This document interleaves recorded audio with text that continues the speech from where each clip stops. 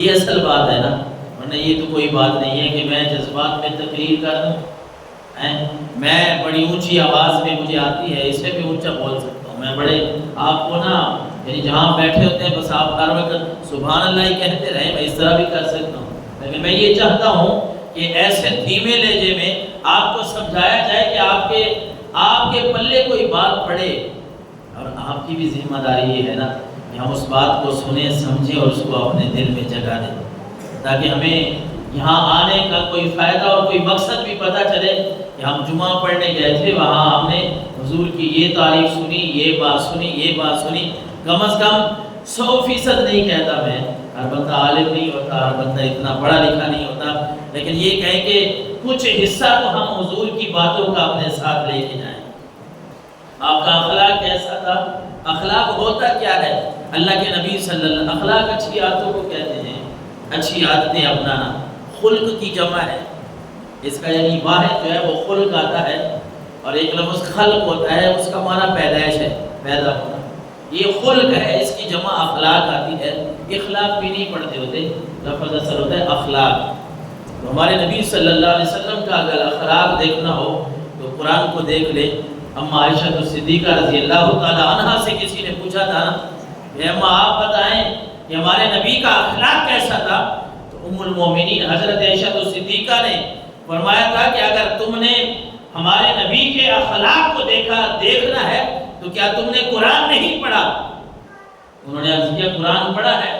اما عائشہ صدیقہ رضی اللہ تعالی عنہا نے فرمایا کہ سارے کا سارا قرآن جو ہے وہ ہمارے نبی کے اخلاق کو بیان کرتا ہے. سارا قرآن پڑھ کے دیکھیں نبی کا اخلاق ہی نظر آئے گا. اور قرآن میں اللہ نے فرمایا وَإِنَّكَ لَعَلَىٰ خُلُقٍ عَظِيمٍ، اے نبی اخلاق کے اعلیٰ درجے پہ ہم نے آپ کو فیض فرما دیا ہے. ساری دنیا کا اخلاق اکٹھا کرے جو سب سے بڑا اور اعلیٰ درجہ ہے نا، اس پہ اللہ تبارک و تعالیٰ نے حضور تاجدار کائنات کو فیض فرمایا. ایک دفعہ آپ سے سوال ہوا، ایک صحابی نے سوال کیا کہ اے اللہ کے رسول عن البر والاسم، یہ گناہ کیا ہے، نیکی کیا ہے، ہم کیسے شمار کریں گے؟ گناہ کون کون سے ہیں، نیکی کون کون سے ہیں؟ حالانکہ سننے میں بڑی لمبی بات ہے کہ اب نیکیوں کی لسٹ بنائیں، گناہوں کی لسٹ بنائیں، یہ کہاں چلی جائے گی؟ یہ تو بہت لمبا ایک کام ہے. لیکن چونکہ ہمارے آقا و مولا صلی اللہ علیہ وسلم کو رب نے یہ شان عطا فرمائی تھی کہ آپ تھوڑے سے جملوں میں پوری دنیا کو سمو کے رکھ دیتے تھے. اس کو کہتے ہیں بھائی دریا کو کوزے میں بند کرنا. وہ تو عام مثال ہے نا، تو ہم جیسے لوگ کہاں کر سکتے ہیں یہ. اگر آپ نے اس مثال کو فٹ کرنا ہو اور دیکھنا ہو تو میرے آقا کی باتوں کو دیکھو. ایک ایک بات جو ہے دنیا کے کسی کونے میں آپ لے کے جائیں گے، حدیث رسول وہاں سچی ثابت ہوگی. اب صحابی سوال کر رہے حضور نیکی کیا ہے، گناہ کیا ہے؟ آپ نے لسٹیں نہیں بنائی، یہ نہیں فرمایا گناہیں نہیں ہے، یہ گناہ ہے، یہ گناہ ہے، یہ گناہ ہے، یہ گناہ ہے، یہ نیکی ہے، یہ نیکی ہے، یہ نہیں. آپ نے بڑا ہی خوبصورت جواب ارشاد فرمایا البر حسن الخلق. اے میرے صحابی، اے میرے پوچھنے والے، البر حسن الخلق، اچھا اخلاق آپ اپنائیں گے یہی نیکی ہے. ایک ہی جملے میں ساری دنیا کو بند کروا دیا. البر حسن الخلق، اچھا اخلاق، اچھی عادتیں اپناتے جاؤ یہی نیکیاں ہیں. انہی کو گنتے جاؤ تم کون کون سے کام کر رہے ہیں. اور اس نے چونکہ گناہ کا بھی پوچھا تو آپ نے فرمایا والاسم ما حاک فی صدرک. اے میرے صحابی یہ بات بھی سن لے کہ گناہ وہ ہے جو تیرے دل میں کھٹکے، جو تیرے دل میں کھٹکے نا وہ گناہ ہے، اس کو چھوڑ دے.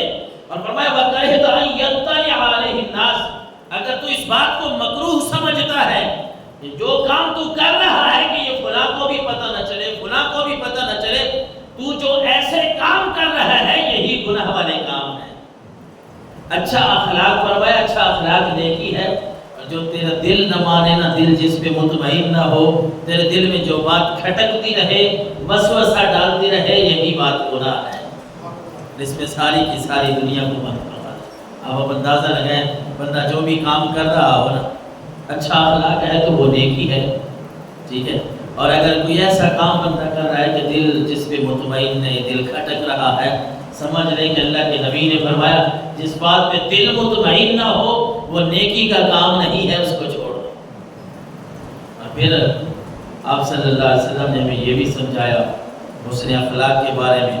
حضرت ابو ذر غفاری رضی اللہ تعالیٰ عنہ فرماتے ہیں، ترمذی شریف کی حدیث مبارکہ 1987 نمبر پہ حضرت ابو ذر فرماتے ہیں کہ قال علی رسول اللہ صلی اللہ علیہ وسلم اتق اللہ حیثما کنت، حضور نے مجھے وصیت فرمائی ابو ذر دنیا کے جس کونے پہ بھی رہنا اللہ سے ڈرتا رہے۔ تقوی، پرہیزگاری کس کا نام ہے؟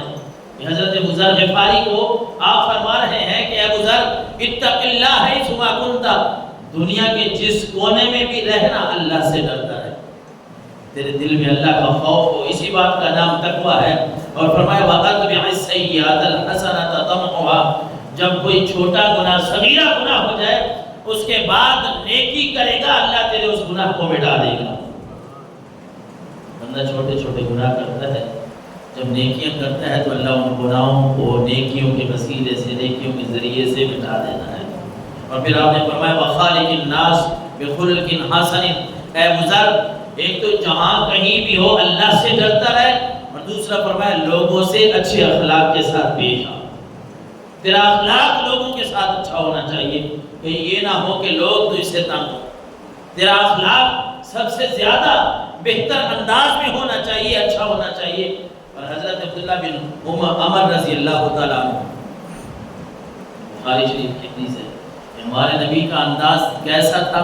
حضرت عبداللہ بن عمر کہتے ہیں لم یکن النبی صلی اللہ علیہ وسلم فاحشا، ہمارے نبی صلی اللہ علیہ وسلم کی زبان سے کبھی کوئی برا جملہ نہیں نکلتا تھا، ولا متفحشا، آپ لڑائی جھگڑے کرنے والے نہیں تھے، آپ کی زبان سے کبھی بھی ایسا کوئی جملہ نہیں نکلا جس سے کوئی لڑائی جھگڑا، کوئی فساد نہ جائے، کبھی آپ نے کوئی ایسی زبان استعمال نہیں کی۔ اور فرماتے ہیں وَكَانَ يَقُولُ، آپ صلی اللہ علیہ وسلم فرمایا کرتے تھے لوگوں اِنَّ مِنْ خَيَارِكُمْ أَحْسَنَكُمْ أَخْلَاقًا، لوگوں میں بہترین آدمی، جن میں لوگوں میں بہترین آدمی وہ ہے، آپ نے فرمایا جس کا سب سے اخلاق اچھا ہو۔ تم نے دیکھنا ہو کہ کون بہترین آدمی ہے، عبادت کر رہا ہے لیکن اس کے ساتھ اس کا اخلاق اچھا ہے کہ نہیں، وہ اچھے کام کر رہا ہے، نیکیاں کرتا ہے لیکن اس کا اخلاق اچھا ہے کہ نہیں۔ اللہ کے نبی صلی اللہ علیہ وسلم نے فرمایا اِنَّ مِنْ خِيَارِكُمْ أَحْسَنَكُمْ أَخْلَاقًا، تم نے اپنے اندر اگر بہترین آدمی دیکھنا ہو تو دیکھو جس کے اخلاق اچھے ہیں، رب کے نزدیک وہ سب سے بہترین آدمی ہے، اللہ نے اس کو بہترین آدمی بنایا ہے۔ اور پھر حضرت